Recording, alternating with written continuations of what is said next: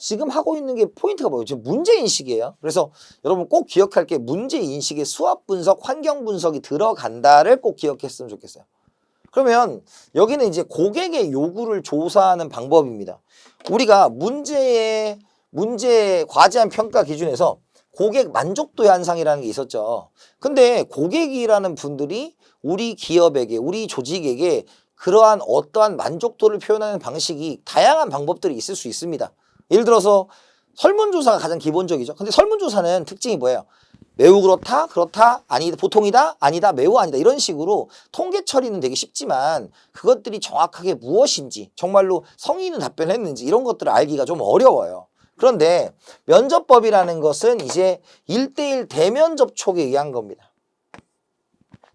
그래서 대면 접촉에 의해서 이야기를 하는 거겠죠. 그러면 사람들이 종이로 할 때는 하기 귀찮으니까 그냥 보통이다라고 찍고 넘어갈 수 있겠지만 그 사람이 우리가 대놓고 얘기를 하는 과정에서 그 사람이 진솔하면 정말로 우리 조직, 우리 상품, 우리 서비스에 대해서 어떤 생각을 가지고 있는지 깊은 내면의 생각까지 알 수 있는 것이 면접법이다라고 생각을 하시면 될 것 같습니다. 그래서 30분에서 1시간 정도의 면접을 하는 거고요. 그 다음에 편안한 분위기를 조성해야 되고 그 다음에 응답자의 영향을 미치지 말아야 돼요. 뭐 불편한 분위기면 얘기 안 할 거 아니에요. 그죠?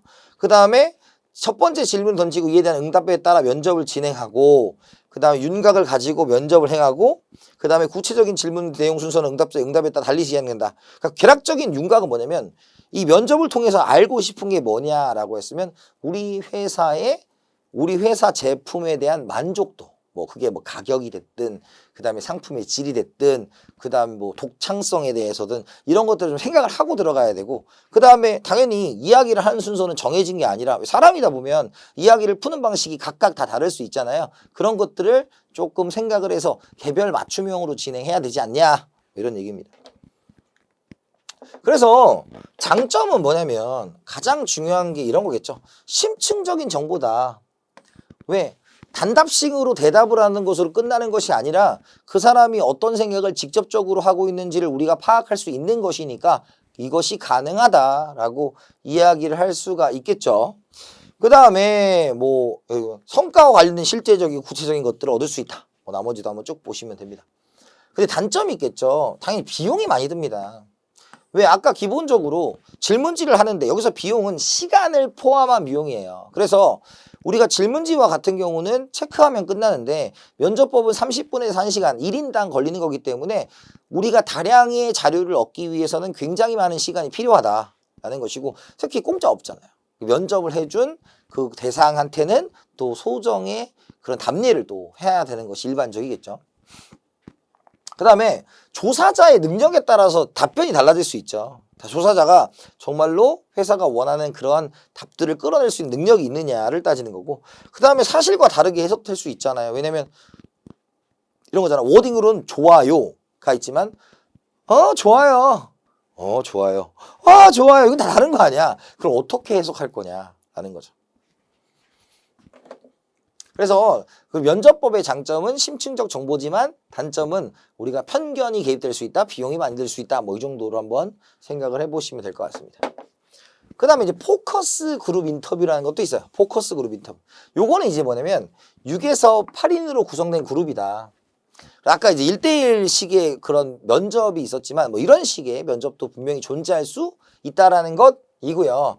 그래서 숙련된 사회자의 컨트롤이 있고 그래서 구성원 사이에 의견을 도출하는 방법. 그래서 집단 면접 같은 거라고 생각을 하시면 될 것 같아요. 그래서 집단 면접으로 사회자가 이런 해서 의견을 물어보는 이런 과정이다라는 거죠. 그래서 목적을 수립하고 대상자 분석하고 그룹 수 결정, 대상자 구하고 가이드라인 설정한다라는 걸로 보시면 됩니다.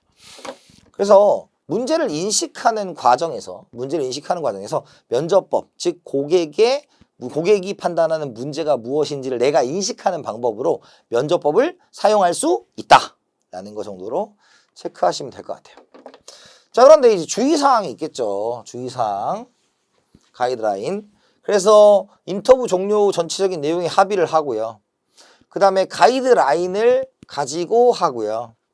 그 다음에 가능한 그룹으로 분석을 하고 그 다음에 합의의 정도, 강도를 뭘로? 동의 또는 반대로서 하는 것이고 그 다음에 결론을 이끌어내야 되겠고 연관성도 체크해야 되겠고 그 다음에 판정이 가능한 것과 판정이 불가능한 것에 대한 구분을 통해서 판정이 가능한 것만 판정하려고 해야 된다. 뭐 이런 것들이 있다 정도로 체크하시면 되겠고요. 뭐 장단점 잘 파악하시길 바라겠습니다.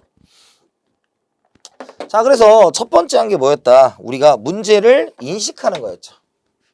그래서 출발한 거예요. 문제 인식. 문제 인식은 대표적으로 뭐가 있었다? 수합 분석이 있었다. 수합 분석이 있었다. 그죠?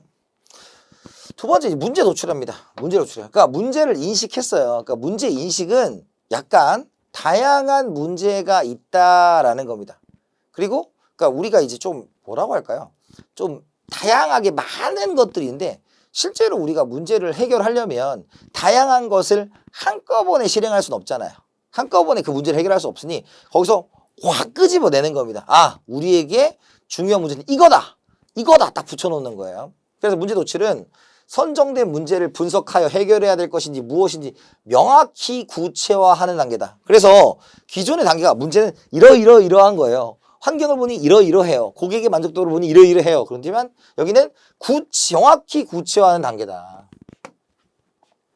그래서 문제를 분석하여 인과관계 및 구조를 파악하는 거다. 즉 우리가 이제 문제는 이거니까 이 문제의 원인을 찾고 그 원인을 가지고 문제를 해결하기를 찾아야 되겠죠. 그러면 결국 그 분석의 대상이 필요하잖아요. 그래서 여기서는 명확한 문제를 끄집어내는 겁니다. 그래서 문제 구조를 파악하고 핵심 문제를 선정한다. 문제 구조를 파악합니다.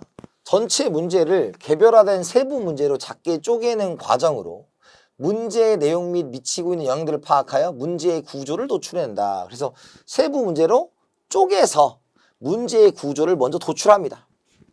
두 번째, 문제 구조 파악에서는 본래 문제가 발생한 배경이나 문제를 일으키는 메커니즘을 분명하는 것이 중요하다. 그래서 배경이나 메커니즘을 분명히 하자. 세 번째, 현상에 얽매이지 말고 문제의 본질과 실제를 봐야 된다. 네 번째, 한쪽만 보지 말고 다면적으로 보아야 되며 눈앞의 결과만 보지 말고 넓은 시야로 문제를 바라봐야 된다. 그래서 3, 4번은 되게 당연한 얘기죠. 그래서 여기서는 뭐다? 문제를 우리가 도출해 냈으면 그 문제를 분석적으로 파악하고 구조를 보자라는 겁니다. 자, 그럼 이제 문제를 도출했으니 문제 구조를 어떻게 파악할 거냐라는 걸로 이제 로직 트리, 그래서 논리나무 뭐 이런 식으로 표현하는 거겠죠.